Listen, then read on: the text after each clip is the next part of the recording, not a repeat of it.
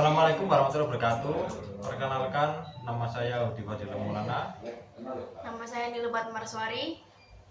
Nama saya William Andri Vigio Muatunga. Nama saya Ahmad Roberto Ikhwan. Kami dari kelompok 4 akan menjelaskan tentang tahap perkembangan remaja dengan penerapan teori psikologi. Baik, selamat siang. Saya Ahmad Robiatul Ikhwan dari kelompok 4 ingin sedikit membahas tentang tahap perkembangan remaja dengan penerapan teori psikologi. Di sini kita akan membahas tentang tahap perkembangan remaja dari sisi dunia psikologi.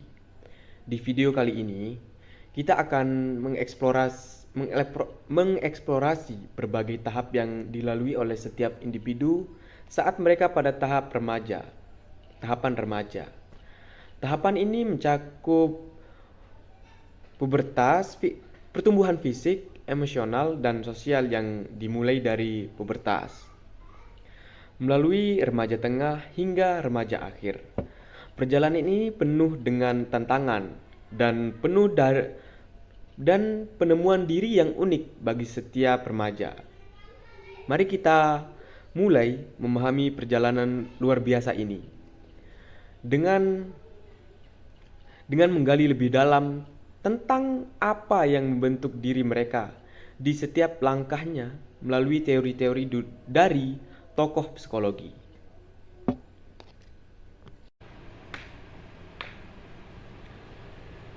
Lalu ada tahap perkembangan seperti masa pubertas. Di sini masa pubertas dimulai dari 10 tahun sampai 3 tahun. Perubahan fisik. Pubertas dimulai dengan perubahan hormon yang menyebabkan perkembangan karakteristik seksual sekunder. Pada perempuan ini termasuk pertumbuhan payudara dan menstruasi pertama. Pada laki-laki, ini termasuk pembesaran testis dan penis serta perubahan suara. Lalu ada yang kedua, seperti perkembangan emosional. Emosi bisa sangat fluktuatif dan remaja mulai mencari identitas diri. Mereka mulai merasa lebih minder dan mungkin mulai menantang otoritas. Lalu ada yang ketiga, perkembangan sosial. Minat pada teman sebaya meningkat dan persahabatan menjadi lebih dekat dan penting. Keluarga mungkin menjadi kurang sentral dibandingkan sebelumnya. Lalu ada contoh pada kehidupan remaja saat ini, seperti perubahan fisik. Seorang remaja atau perempuan berusia 12 tahun mengalami menstruasi pertama dan mulai merasakan perubahan fisik pada tubuhnya, seperti pertumbuhan payudara. Sementara itu, seorang remaja laki-laki berusia 13 tahun mulai mengalami pembesaran testis dan suara yang mulai berubah atau agak serak.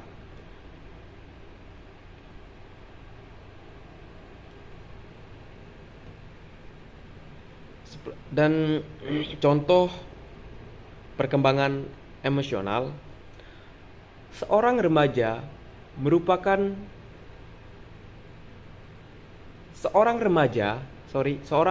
perempuan mulai merasa cemas dan bingung dengan perubahan fisiknya, sering merasa tidak nyaman dan tubuhnya yang baru. Emosinya menjadi lebih fluktuatif karena ketidakpastian mengenai perubahan yang terjadi. Ini sesuai dengan tahap identitas atau kebingungan peran, di mana ia mulai mempertanyakan siapa dirinya dalam konteks sosial. Lalu ada contoh yang ketiga, perkembangan sosial dari masa pubertas. Seorang remaja laki-laki yang mulai lebih sering menghabiskan waktu dengan teman sebaya, mulai menjauh dari keluarga. Ia lebih tertarik pada aktivitas dengan teman-temannya, seperti bermain video games bersama, dan sering berdiskusi tentang tren atau musik yang sedang populer pada saat ini di kalangan teman-temannya. Seperti itu contoh dari masa pubertas. Lalu ada remaja tengah. Remaja tengah ini dimulai dari 14 tahun sampai 17 tahun. Sama juga ada perubahan fisiknya. Perubahan fisik dari remaja tengah terus berlangsung, termasuk peningkatan tinggi badan dan massa otot. Remaja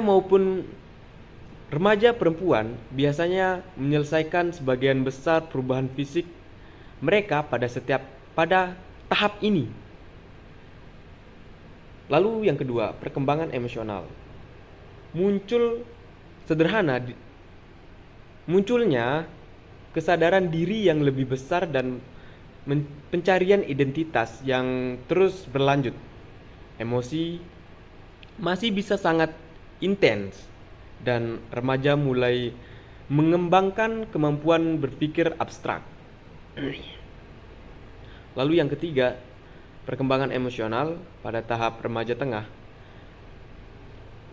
Kelompok sebaya menjadi sangat berpengaruh, dan remaja mungkin mulai mengalami tekanan teman sebaya. Mulai muncul minat pada hubungan romantis dan eksplorasi seksual. Lalu sedikit saya akan memberikan contoh tentang yang tiga tadi yang aku bahas tadi. Perubahan fisik pada remaja tengah. Contohnya, seorang remaja laki-laki berusia 15 tahun mengalami pertumbuhan massa otot yang signifikan setelah rutin berolahraga. Tubuhnya semakin tinggi dan profesional. Remaja perempuan berusia 16 tahun juga mengalami peningkatan tinggi badan dan lebih mendalami penampilan fisik. Lalu ada contoh yang kedua, perkembangan emosional. Seorang remaja berusia 16 tahun mulai merasa cemas dengan masa depannya dan sering merasa tidak aman mengenai siapa dirinya. Ia merasa bingung antara apa yang orang tuanya harapkan dan apa yang ia inginkan untuk masa depan dirinya sendiri.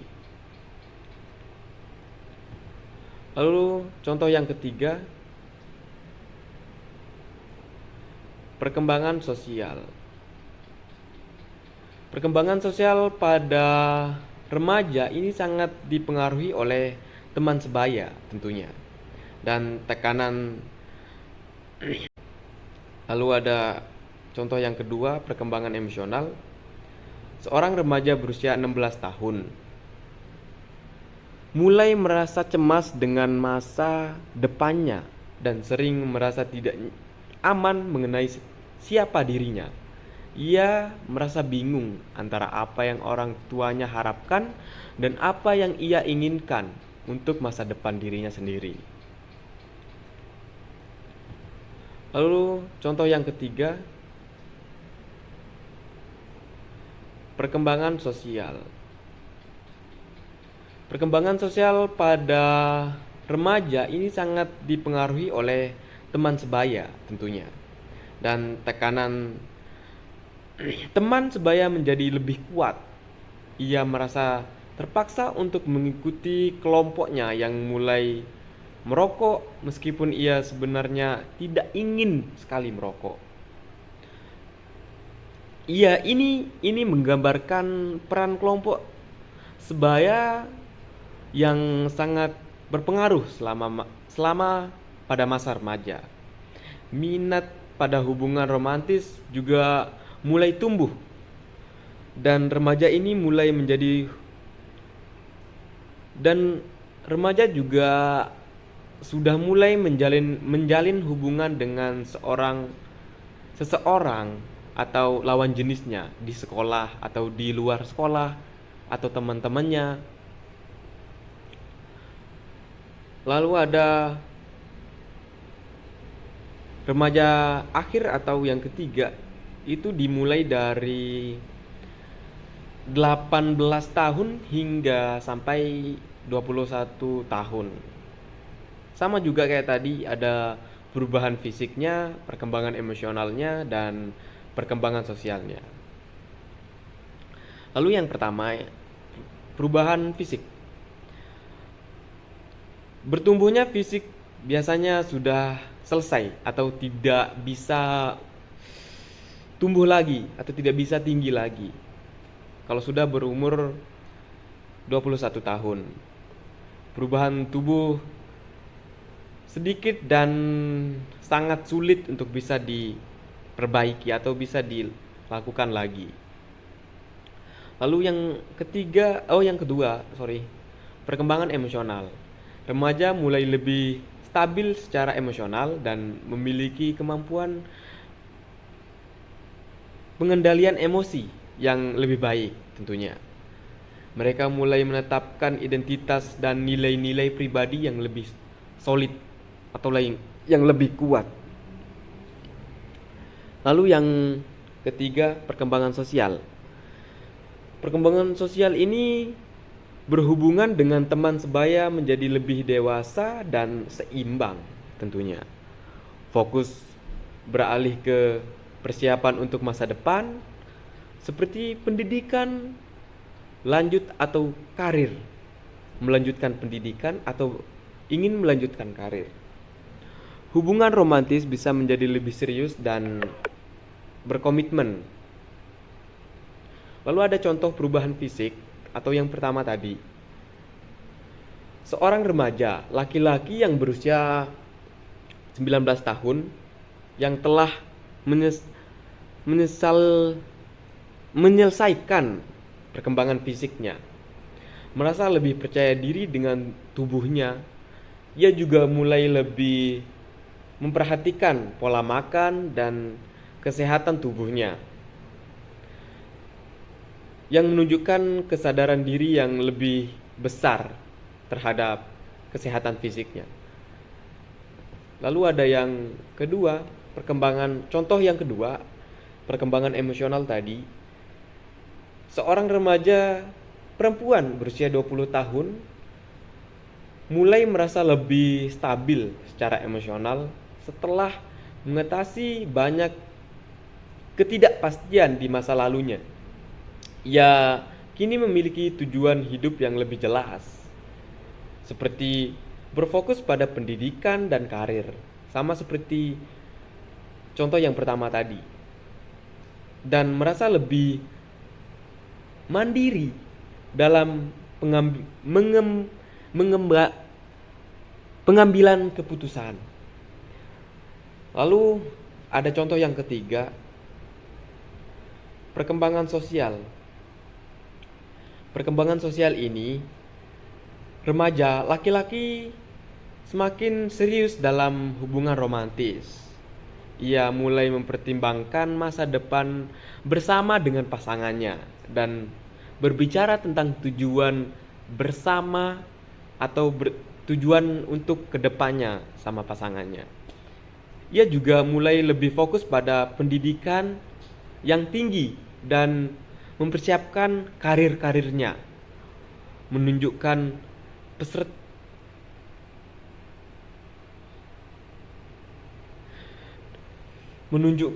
diri, fokus pada teman sebaya, menunjukkan pencapaian pribadi dan persiapan masa depannya. Lalu ada teori dari setiap tokoh-tokoh psikologi psikologi yang saya ambil, tapi nanti itu akan dijelaskan sama teman saya. Mungkin ini yang bisa saya sampaikan, kurang lebihnya mohon maaf. Assalamualaikum warahmatullahi wabarakatuh.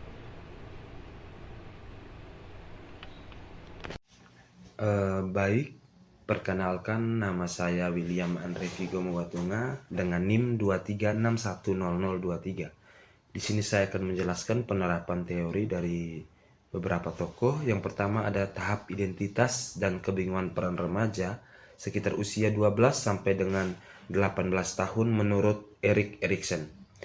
Yang pertama ada fokus utama. Pada tahap ini remaja berusaha menjawab pertanyaan tentang siapa saya melalui eksplorasi identitas pribadi, sosial, dan seksual. Mereka mencari tahu siapa diri mereka dalam konteks sosial yang lebih luas. Kedua, ada tantangan psikososial. Remaja menghadapi krisis identitas yang melibatkan pencarian dan penyatuan berbagai aspek diri mereka. Hal ini mencakup nilai-nilai kepercayaan, tujuan hidup, dan peran sosial. Yang ketiga, ada tujuan. Jika berhasil mengatasi tantangan ini, remaja akan mencapai rasa identitas yang kuat dan konsisten. Mereka akan memiliki pemahaman yang jelas tentang diri mereka dan peran mereka di dalam masyarakat. Yang berikut ada resiko. Jika gagal, remaja dapat mengalami kebingungan peran atau role confusion, yaitu ketidakpastian tentang siapa mereka dan tempat mereka di dalam masyarakat. Hal ini bisa mengarah pada krisis identitas yang berkepanjangan dan kesulitan dalam membuat keputusan hidup yang signifikan. Berikut penjelasan mengenai peran eksplorasi identitas dalam hubungan sosial dan keputusan hidup. Yang pertama ada eksplorasi identitas dalam hubungan sosial. Pada tahap remaja, individu mulai menguji dan menjalin hubungan dengan berbagai kelompok sosial, seperti keluarga, teman sebaya, dan masyarakat yang lebih luas. Eksplorasi identitas mempengaruhi cara remaja berinteraksi dalam konteks sosial ini. Yang pertama ada pembentukan hubungan yang autentik. Dalam proses eksplorasi, remaja akan mulai memisahkan antara nilai-nilai dan harapan yang berasal dari orang tua atau lingkungan sekitar dengan nilai-nilai yang mereka anggap sesuai dengan diri mereka. Mereka akan mencari teman yang memiliki pandangan serupa atau yang mendukung pencarian identitas mereka, sehingga memungkinkan terbentuknya hubungan yang lebih autentik. Hubungan yang dibangun di atas pemahaman bersama dan penerimaan terhadap perbedaan dapat menjadi lebih stabil dan sehat. Yang berikut pengaruh teman sebaya. Remaja seringkali menggunakan teman sebaya untuk mengeksplorasi identitas sosial mereka. Yang berikut ada konflik dengan keluarga. Eksplorasi identitas juga bisa memicu konflik antara remaja dan orang tua. Remaja seringkali merasa perlu membedakan diri dari orang tua untuk memahami siapa diri mereka, yang kadang-kadang dapat menyebabkan ketegangan. Yang kedua ada eksplorasi identitas dalam keputusan hidup. Yang pertama ada pemilihan karir dan pendidikan. Remaja yang telah melakukan eksplorasi identitas dengan baik cenderung memiliki pemahaman yang lebih jelas tentang minat, bakat, dan nilai-nilai mereka. Yang kedua, tujuan hidup dan aspirasi. Eksplorasi identitas tidak hanya mempengaruhi pilihan karir, tetapi juga tujuan hidup secara keseluruhan. Remaja yang memahami siapa diri mereka cenderung memiliki tujuan hidup yang lebih jelas dan konsisten, baik itu terkait dengan hubungan pribadi, kontribusi sosial, atau pencapaian pribadi. Yang berikut ada pengambilan keputusan yang lebih mandiri. Seiring dengan berkembangnya pemahaman tentang diri, remaja yang berhasil mengatasi krisis identitas cenderung menjadi lebih mandiri dalam pengambilan keputusan. Yang ketiga ada eksplorasi identitas dan krisis identitas. Pertama ada mudah terpengaruh oleh norma sosial. Mereka mungkin lebih mudah terpengaruh oleh tekanan kelompok atau stereotip sosial, sehingga kesulitan dalam membuat pilihan hidup yang sesuai dengan keinginan dan kemampuan pribadi mereka. Yang kedua, ada kesulitan membentuk hubungan yang sehat. Tanpa pemahaman yang jelas tentang siapa diri mereka, remaja mungkin mengalami kesulitan dalam membangun hubungan yang sehat dan autentik. Mereka bisa jatuh ke dalam hubungan yang tidak sehat atau tidak tahu bagaimana berinteraksi dengan orang lain secara terbuka dan jujur. Yang berikut keputusan hidup yang tidak pasti. Kebingungan identitas juga dapat menyebabkan ketidakpastian dalam mengambil keputusan besar seperti pilihan pendidikan, karir, atau hubungan pribadi. Mereka mungkin merasa bingung dan tidak tahu pilihan mana yang tepat, yang akhirnya memperpanjang proses pencarian jati diri mereka. Baik, kita masuk ke penerapan teori yang kedua, yaitu tahap operasional formal. Tahap belajar sosial. Contoh, seorang remaja laki-laki yang mengamati kakaknya meraih kesuksesan dengan belajar keras dan mendapat penghargaan di sekolah. Remaja ini kemudian meniru cara belajar kakaknya dan mulai memperoleh hasil yang lebih baik di sekolah. Tahap perkembangan ekologi dari Uri Bronfenbrenner. Contoh, remaja yang mendapat dukungan dari keluarga yang terlibat dalam kegiatan sekolah dan teman-temannya yang juga mendukungnya untuk belajar dengan giat akan lebih cenderung berprestasi. Interaksi positif antara mikrosistem, keluarga, teman, sekolah memperkuat perkembangan positif remaja. Tahap belajar sosial. Contoh, seorang remaja laki-laki yang mengamati kakaknya meraih kesuksesan dengan belajar keras dan mendapat penghargaan di sekolah. Remaja ini kemudian meniru cara belajar kakaknya dan mulai memperoleh hasil yang lebih baik di sekolah. Tahap perkembangan ekologi dari Uri Bronfenbrenner. Contoh, remaja yang mendapat dukungan dari keluarga yang terlibat dalam kegiatan sekolah dan teman-temannya yang juga mendukungnya untuk belajar dengan giat akan lebih cenderung berprestasi. Interaksi positif antara mikrosistem, keluarga, teman, sekolah memperkuat perkembangan positif remaja. Kemudian ada teori Sigmund Freud tahap genital dalam teori psikoseksual. Sigmund Freud dalam teori psikoseksualnya menyatakan bahwa perkembangan manusia terjadi melalui 5 tahap. Pada masa remaja, individu berada pada tahap genital, yang merupakan tahap terakhir dari teori ini. Tahap genital dimulai pada masa pubertas hingga dewasa. Pada tahap ini, dorongan seksual menjadi lebih terfokus pada hubungan interpersonal yang matang dibandingkan pada diri sendiri. Fokus perkembangan genital sendiri adalah kemampuan untuk membangun hubungan yang sehat dengan orang lain dan menyalurkan energi seksual ke arah aktivitas produktif seperti hubungan seksual, cinta, dan pekerjaan. Lalu ada perubahan biologis dan pengaruhnya pada perilaku. Perubahan biologis seperti peningkatan hormon seks seperti testosteron dan estrogen. Kemudian perubahan fisik seperti kematangan organ reproduksi dan ciri-ciri seksual sekunder. Lalu pengaruhnya pada perilaku adalah ketertarikan terhadap lawan jenis atau pasangan. Kemudian meningkatnya rasa ingin tahu terhadap hubungan romantis dan seksual. Yang ketiga ada pembentukan identitas dan hubungan sosial, identitas seksual. Yang pertama, tahap ini memainkan peran penting dalam pembentukan orientasi seksual dan preferensi hubungan. Lalu yang kedua, remaja mulai mengeksplorasi siapa mereka dalam konteks hubungan romantis. Lalu hubungan sosial, yang pertama dorongan seksual mendorong remaja untuk menjalin hubungan yang lebih kompleks dengan teman sebaya dan pasangan. Konflik dapat muncul jika ada hambatan dalam memenuhi kebutuhan emosi dan seksual. Lalu apa peran keluarga, teman sebaya, dan budaya dalam tahap genital ini? Yang pertama, peran keluarga. Keluarga memberikan nilai moral dan pendidikan seksual. Dukungan emosional keluarga membantu remaja menghadapi tantangan seksual dan sosial. Lalu dari teman sebaya sendiri, teman sebaya menjadi sumber utama eksplorasi hubungan interpersonal. Peer pressure dapat mempengaruhi perilaku seksual remaja seperti pacaran atau pengambilan keputusan. Dari segi budaya, norma dan nilai budaya sangat mempengaruhi bagaimana remaja memandang hubungan seksual dan romantis. Contohnya, di budaya yang konservatif, eksplorasi seksual cenderung ditekan, sementara budaya liberal memberikan kebebasan lebih besar. Contoh nyatanya sendiri adalah seorang remaja yang mulai menjalin hubungan pacaran mengalami konflik karena tekanan dari teman sebaya untuk menunjukkan kedewasaan melalui hubungan seksual.